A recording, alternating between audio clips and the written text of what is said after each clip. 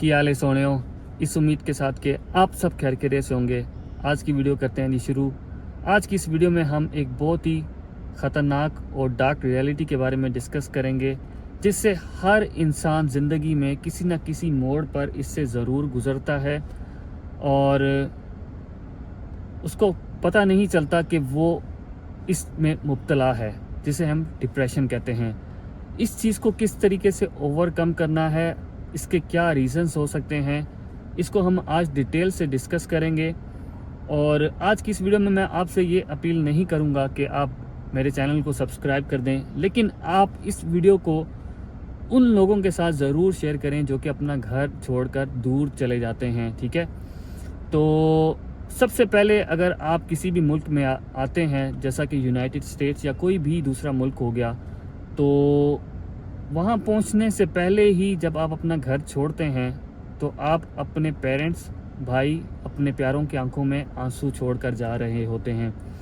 और जब आप इस मुल्क में पहुँचते हैं तो आपको होम सिकनेस होना शुरू हो जाती है। ठीक है, आपको अपने पेरेंट्स की याद आती है। आपके अंदर जो है वो एक, मैं कहूँगा, मिड लाइफ जो है क्राइसिस शुरू हो जाता है। मतलब जो 25 से अबव हैं या 30s में हैं, उनकी ज़िंदगी में तो ज़्यादा, कि यार मेरे पेरेंट्स जो हैं वो बूढ़े हो रहे हैं और उनको मेरी ज़रूरत है, और उनका जो एहसास है वो आपकी ज़िंदगी में ज़्यादा बढ़ जाता है। ठीक है, तो आप उनको मिस करना शुरू हो जाते हैं।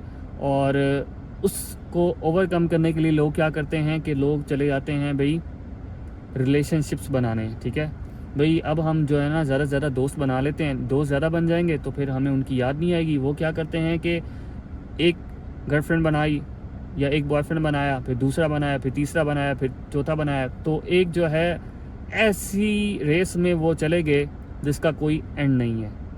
और ऐसे रिलेशनशिप्स में फंस के जहाँ से निकलना फिर मुमकिन नहीं है। फिर इंसान को हादसा ही बचा सकता है। ठीक है, मतलब नॉर्मली आप ये नहीं कह सकते कि मैं इनसे बच जाऊंगा, क्योंकि आप कहीं कभी ना कभी कोई भी रियल रिलेशनशिप भी शुरू करेंगे ना तो आप फिर उसमें चले जाएंगे। क्यों? क्योंकि इंसान जो है वो कमज़ोर है। ठीक है, तो उसको आप ऐसी आदत में ना डालें कि आपका रिकवरी का चांस जो है वो कम से कम हो जाए।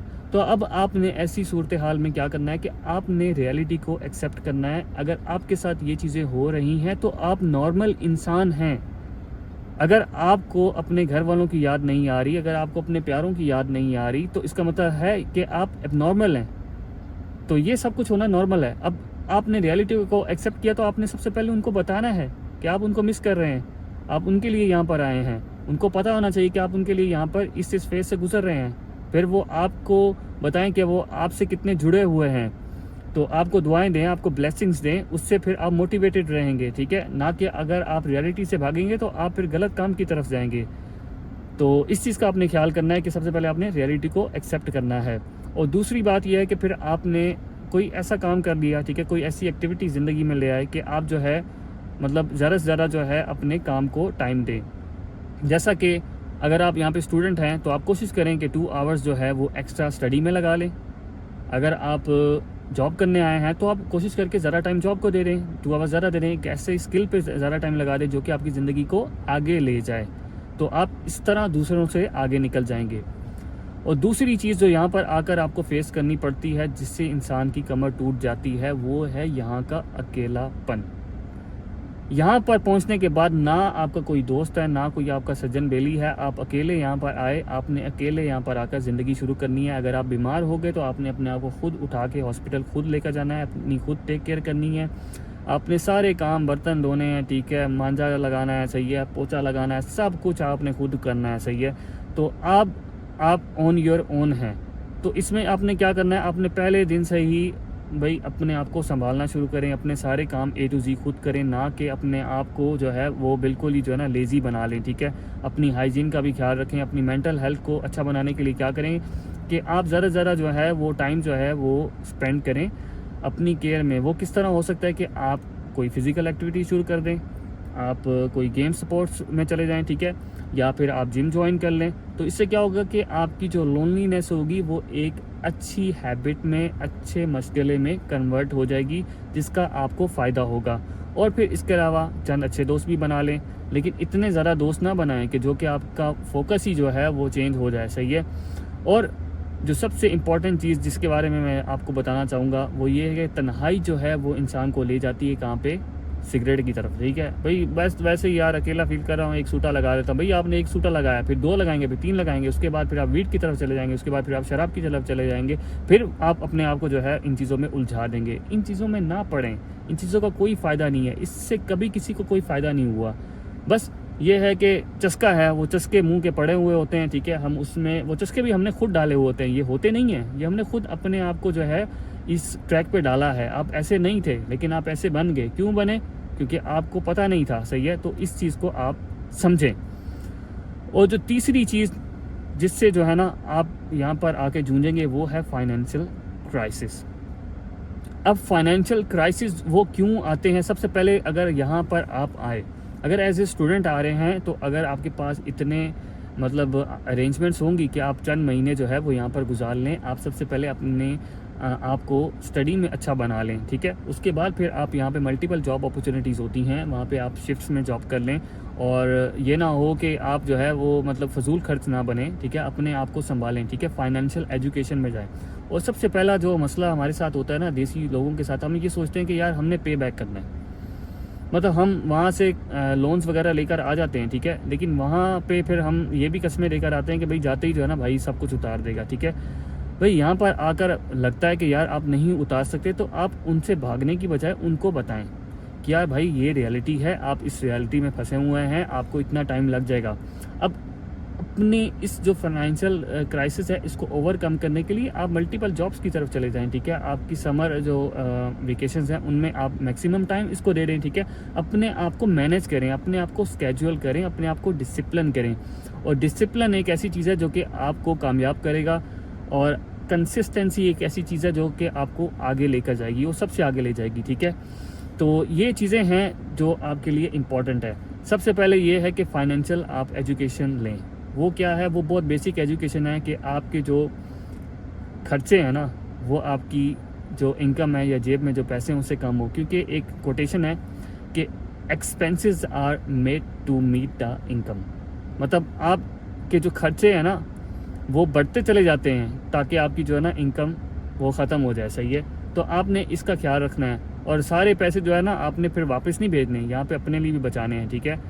और अपना पैसा कोशिश करें आप ख़ुद इस्तेमाल करें, क्योंकि यहाँ पर बहुत सारे लोग ऐसे भी आते हैं जो कि 4-4, 5-5 साल यहाँ पे टिका के मेहनत करते हैं और अच्छा खासा पैसा जोड़ते हैं। जब पीछे चले जाते हैं तो बाद में पता चलता है कि कोई पैसा बचा ही नहीं वहाँ पे। भाई आपकी अपनी गलती है कि आपने अपनी हार्ड अर्न मनी को आपने संभाला नहीं। आपके अपने पैसे हैं, आप अपनी निगरानी में उनको खर्च करवाएं। अगर आपने उन पे भी लगाने हैं तो अपनी निगरानी पे क्यों नहीं लगवाते, ठीक है। तो ये चीज़ों का आपने बहुत ख्याल रखना है। एक और चीज़ जो कि आपकी ज़िंदगी को बेतरतीब कर देगी और आपको उलझा के रख देगी वो है जी ओवर थिंकिंग। और इसमें मैं भी मुब्तला हो गया था। मैं जब यूएस में पहली दफ़ा आया तो मैं बहुत एनर्जेटिक था and I was very motivated towards my job, towards my career and everything. लेकिन ओवर थिंकिंग में पड़ गया। और ओवर थिंकिंग में मैं कहूँगा उसकी मिसाल ऐसे है कि आप ट्रेडमिल पे भाग रहे हैं लेकिन आप खड़े एक ही पॉइंट पे हैं, तो आपका ब्रेन जो है वो कॉन्स्टेंटली रिवॉल्व कर रहा होगा, ठीक है। रियलिटी में क्या होगा कि आप एक ही पॉइंट पे हैं। आपको ये लगना शुरू हो जाता है कि क्या मैं कोई जॉब जो कर रहा हूँ इस वक्त कि क्या वो सही है या मुझे कोई और जॉब कर लेनी चाहिए। मैं ये बिज़नेस कर रहा हूँ, नहीं यार ये अच्छा नहीं है, मुझे वो कर लेना चाहिए। और ये सबके साथ होता है, विच इज़ नॉर्मल। लेकिन सबसे अच्छा करियर, सबसे अच्छा बिजनेस, सबसे अच्छी फील्ड वो ही है जिसमें आप अभी हैं, क्योंकि ये आपने खुद चूज़ किया था या आपने ये डिसीजन सोच समझ के ही लिया होगा। फिर उससे हट जाना या उसको छोड़ देना ये कोई अक्लमंदी नहीं है या किसी और के बारे में सोचना शुरू कर देना। अगर आप एक बिज़नेस कर रहे हैं, चाहे उससे आप कम भी कमा रहे हैं, वो आपका अपना है। आप दूसरे के बारे में तब सोचें जब आप इसमें स्टेबल हों, ठीक है। फिर आप दूसरा काम शुरू करें, उसमें आप इससे ज़्यादा स्टेबल हो जाएं तो इसको छोड़ दें, चाहे आप इसको फिर बाद में भूल जाएं। लेकिन अपने आप को इस अनलिमिटेड थॉट्स में ना डालें। जो काम आप कर रहे हैं उसको सही से करें, उसको पहले कंप्लीट करें, उसके बाद आप फिर किसी और चीज़ के बारे में सोचें, जो कि हमें उस हिसाब से अपने माइंड को ट्रेन करना पड़ेगा कि यार जो मैं कर रहा हूँ वो बेहतर है, इससे बेहतर कुछ और नहीं है। अब ओवर थिंकिंग से फिर निकलने के लिए ये है कि आप सबसे पहले ये है कि अगर मेडिटेशन करते हैं वो करें या आप प्रेयर कर लें, ठीक है। और फिर कुछ अच्छे जो दोस्त हैं उनके साथ टाइम स्पेंड कर लें, और ज़्यादा टाइम जो है वो अपने आप को अपनी फैमिली के साथ गुजार लें, ठीक है। फ़ोन पे बात कर लें, कोई भी हेल्दी एक्टिविटी है उसकी तरफ चले जाएं, ठीक है। लेकिन ओवर थिंकिंग से बचें। स्पेशली ये चीज़ आपके अंदर कब आती है, जब आप देखते हैं सोशल मीडिया को। सोशल मीडिया में ऐसे एल्गोरिथम्स रखे हुए हैं जिनका मकसद ही आपकी अटेंशन को ले लेना है, और इतने वहाँ पे न्यूरो साइंटिस्ट का जो है वो ब्रेन लगा हुआ है कि आपका ब्रेन उसके आगे कुछ नहीं कर सकता।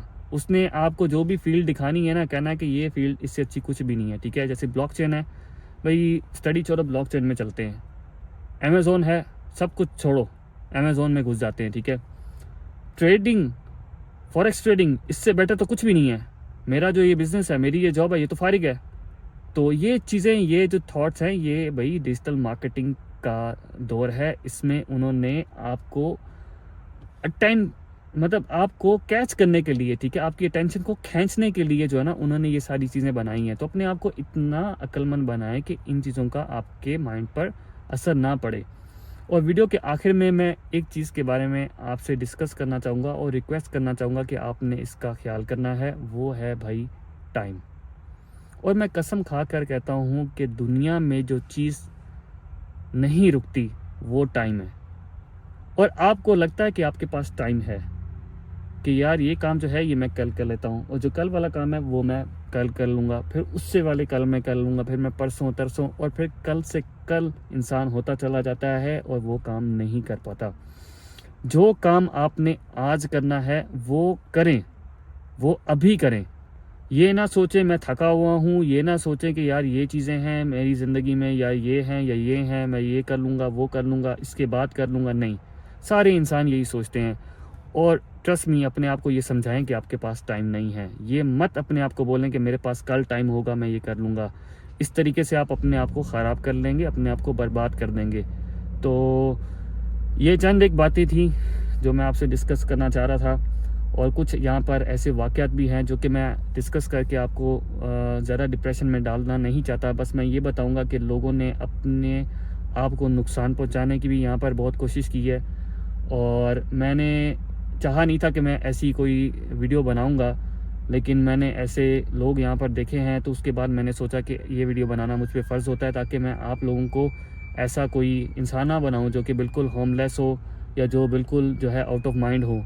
तो उम्मीद करता हूँ कि आप इन बातों का ख्याल करेंगे। मिलते हैं नेक्स्ट वीडियो में, इस उम्मीद के साथ कि आप अपना और अपने इर्द गिर्द लोगों का बहुत ख्याल रखेंगे। मैं आपके लिए दुआ गो रहूँगा, आप मेरे लिए दुआ करते रहें। कनेक्ट उस्मान।